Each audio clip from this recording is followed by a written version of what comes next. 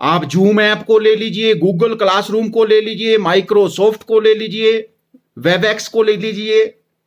अनेक माध्यमों का प्रयोग हम कर रहे हैं। टेलीविजन का प्रयोग हो रहा है, रेडियो का प्रयोग हो रहा है, यूट्यूब का प्रयोग हो रहा है, व्हाट्सएप, ईमेल। 2-3 महीने तो जब विश्वविद्यालय में हम क्लासें लेना शुरू किया तो हमें, क्योंकि सच्चाई है इसमें, हमें पता ही नहीं था कि ऑनलाइन है क्या है। हम सोच रहे थे कि व्हाट्सएप में मैसेज भेज दिया तो हमारा काम पूरा हो गया, हो गई शिक्षा। प्रोफेसर दुआ जी ने जो बातें बताई कि एक अध्यापक जो कक्षा में इंटरेक्शन कर रहा था उसे सजग होने की आवश्यकता है।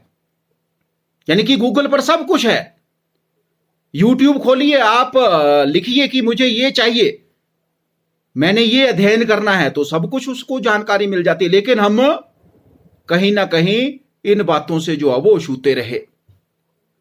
तो आज बहुत से बुद्धिजीवी वर्ग इस सेमिनार में जो वेबिनार में जो है वो जुड़े हैं। शास्त्रों में कहा है जन्म ना जायते शूद्र, अर्थात मनुष्य जन्म से अज्ञानी पैदा होता है, उसको प्रत्येक चीज सीखनी पड़ती है। यह सीखना ही टीचिंग होता है, ट्रेनिंग होता है, ज्ञान का अर्जन करना होता है। क्योंकि जो ये ऑनलाइन टीचिंग और लर्निंग है, जो शिक्षण है अथवा जो ज्ञानार्जन है, वह किसी ना किसी गुरु के सानिध्य के माध्यम से हमें मिलता है। ज्ञान नैमित्तिक होता है, अर्थात मनुष्य को कुछ सीखने के लिए कुछ ना कुछ कार्य करने की आवश्यकता होती है। ये काम हमारे महापुरुष, हमारे शिक्षा शास्त्री, हमारे गुरुजन पहले से ही करते आए हैं।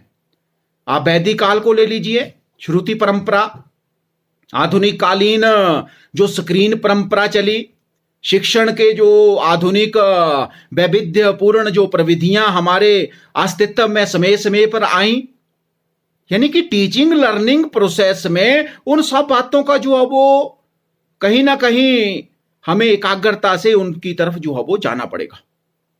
क्योंकि जो ज्ञान है वो मनुष्य श्रवण से अर्जित करता है। क्योंकि हमारी जो ज्ञानेंद्रियां हैं, जब हम पढ़ते हैं, एक गुरु हमें बताता है कि भाई आंखें, कान, देखना, यानी कि क्लास में किस तरह से आप सजग रहेंगे।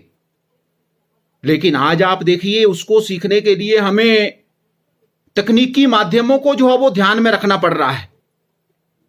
यानी कि 21वीं सदी में अगर आप देखिए, जो सूचना प्रौद्योगिकी का जो युग है वो किस प्रभाव से जो है वो चला हुआ है।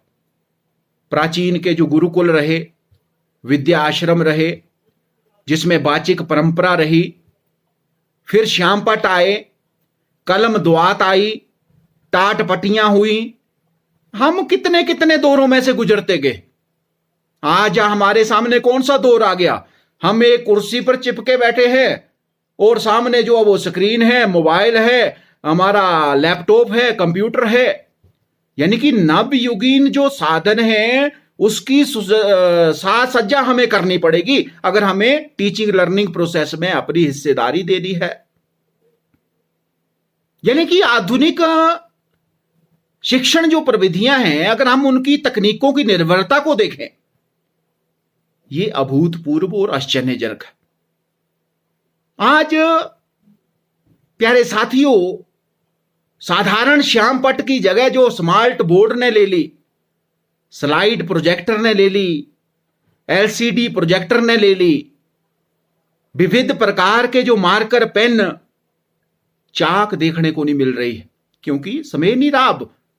और आज के वर्तमान समय में तो मैं देख रहा हूं, मैंने भी कई वर्कशॉप अटेंड की, मैं से देखता हूं कि हम अनपढ़ हैं उनके सामने, जब वो नई नई तकनीकों से पढ़ा रहे हैं। ई कॉमर्स का तो नाम सुना था, ई बैंकिंग भी आई, ई शॉपिंग भी आई, अमेजोन पर, फ्लिपकार्ट पर, पता नहीं हम कहां कहां से घर बैठे ही सामान खरीद रहे थे। ई कनेक्ट हुआ, लेकिन कोविड की महामारी ने हमें ज्ञानार्जन के लिए ई लर्निंग की बात सिखा दी, ई शिक्षा की बात सिखा दी। क्योंकि जो ये ई शिक्षा है, ई लर्निंग है, शिक्षण संस्थान चाहे कोई भी हो, चाहे वो प्रोफेशनल हो, डिस्टेंस एजुकेशन का हो, उसमें इलेक्ट्रॉनिक, इंटरनेट और अन्य संचार उपकरणों की भी बहुत जरूरत है। यानी कि आप देखिए, आज हमें वेब आधारित शिक्षा की जरूरत, जैसे प्रोफेसर दुआ जी ने भी बताया कि आज जो वेब आधारित शिक्षा, हम लेसन प्लानिंग, आज ई कंटेंट की बात आ रही है, यूजीसी है, एनसीटी हमारे टीचर एजुकेशन के लिए बात कर रही है, कंप्यूटर आधारित शिक्षा, आभासी कक्षाएं और अन्य डिजिटल माध्यमों को की भी हमें जानकारी लेनी पड़ेगी, क्योंकि ये स्वाभाविक तौर से क्रियात्मक पक्ष है। हमें एक्टिव रहना पड़ेगा, ऐसा नहीं है, निष्क्रिय व्यक्ति का काम नहीं है। ऑनलाइन शिक्षा में हमने आईसीडीओल में, डायरेक्टोरेट एजुकेशन में हमारे जो पीपल टीचर है, उनके लिए जब हम सुबह से शाम तक पढ़ाते थे, हम देखते थे कि जब हम क्लासरूम में पढ़ा रहे थे उससे ज्यादा हमें कार्य करना पड़ता था, पढ़ना पड़ता था। हमें स्वाभाविक तौर से क्रियात्मक होना पड़ेगा, हमें उद्देश्य से चलना पड़ेगा। एक टीचर होने के नाते हमें शिक्षार्थी के व्यक्तिगत अनुभव को भी जानना होगा।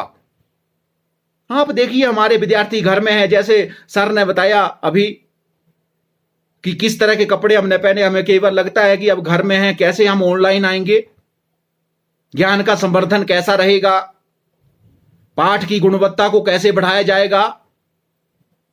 सीखने के लिए रुचि पैदा करना सबसे बड़ा काम है एक टीचर के लिए, और हम टीचर हैं, हमें सीखना है। Every man is a great philosopher.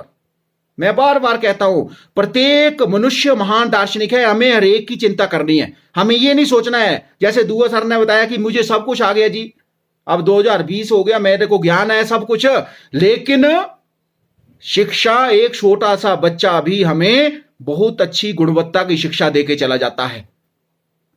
लेकिन एक शिक्षक होने के नाते सीखने के प्रति रुचि हमने कैसे पैदा करनी है, मूल्यांकन कैसा करना है, प्रतिक्रिया कैसी होनी चाहिए, निष्पक्षता को कैसे बनाए रखना है, पाठ्य सामग्री को इंटरनेट, इंट्रानेट, एक्सट्रानेट, कृत्रिम उपग्रह प्रसारण, audio video, interactive television, CD इत्यादि के माध्यम से हमें राइटिंग में, मौखिक में, दृश्य श्रव्य, ऑडियो विजुअल, एनिमेशन में किस तरह से पहुंचाना है अध्येता तक। बहुत चुनौती है। यानी कि ई शिक्षा व्यवस्था में हम घर बैठे कम समय में एक साथ कई विषयों का ज्ञान ले सकते हैं। हम कई बार रात को 9 बजे भी बैठे होते हैं, कई बार हमने इंटरनेशनल या वेबिनार जब ज्वाइन किया होता है, उसकी रजिस्ट्रेशन की होती है, तो हम खाना भी बना रहे हैं और साथ में सीख रहे हैं। देखो, ई लर्निंग ने हमें कितना कुछ सिखा दिया। ऑनलाइन एजुकेशन हमें घर बैठे भी, नहीं तो पहले नहीं थी ये फिक्र। पहले ये रहती थी चिंता कि कहां पर जो अब वो कॉन्फ्रेंस होने वाली है, कहां नेशनल सेमिनार होगा, कहां इंटरनेशनल सेमिनार होगा। लेकिन जो ई एजुकेशन ऑर्गेनाइजेशन व्यवस्था का जो स्वरूप है, हमें पाठ्यक्रम को भी देखना, क्योंकि जो ऑनलाइन पाठ्यक्रम है उसका जो सबसे बड़ा लाभ है कि जो शिक्षार्थी किसी कारणवश या असमर्थतावश नियत समय या स्थान, निश्चित स्थान पर जाकर शिक्षण अधिगम प्रक्रिया में हिस्सा ना ले सके, वो घर में 7 दिन 24 घंटे ऑनलाइन एजुकेशन से जो अब वो शिक्षा प्राप्त कर सकता है। जब हम बच्चों को बोलते हैं, भाई जब भी आप हमें फीडबैक दीजिए, आप हमें व्हाट्सएप में मैसेज कीजिए, आपकी जो जिज्ञासा है हम उसको जो अब वो बताएंगे आपको। यानी कि ऑनलाइन शिक्षा के माध्यम से हम देश ही नहीं बल्कि विदेश में दी जाने वाली उपयोगी शिक्षा को भी ग्रहण कर सकते हैं। कभी भी सूचनाएं प्राप्त कर सकते हैं, नोट्स का उपयोग कर सकते हैं, असाइनमेंट की समीक्षा कर सकते हैं, अभ्यास प्रश्न की श्रृंखला ले सकते हैं, प्रश्नों पर चर्चा कर सकते हैं, वार्तालाप कर सकते हैं। यानी कि देखिए, इसके लाभ भी हैं। हम लेकिन उसकी तरफ हमें जाना पड़ेगा, हमें उद्देश्य परक ढंग से चलना पड़ेगा। ऑनलाइन शिक्षा जो है वो कंप्यूटर आधारित अनुकूली परीक्षण प्रदान करती है हमें। क्योंकि ये वैकल्पिक शिक्षा जो हमें विचारों के अनुरूप जो हमारे विद्यार्थी हैं, शिक्षक है, माता पिता हैं, पूर्व जो हमारे विद्यार्थी हैं, सामाजिक कार्यकर्ता हैं, संस्थान हैं, सांख्यिकी प्रतिक्रिया द्वारा निरंतर जो हम सुधार करते रहते हैं, ये प्रभाव भी ऑनलाइन शिक्षण के द्वारा जो अब वो उच्च स्तर पर हम जो अब वो जा सकते हैं।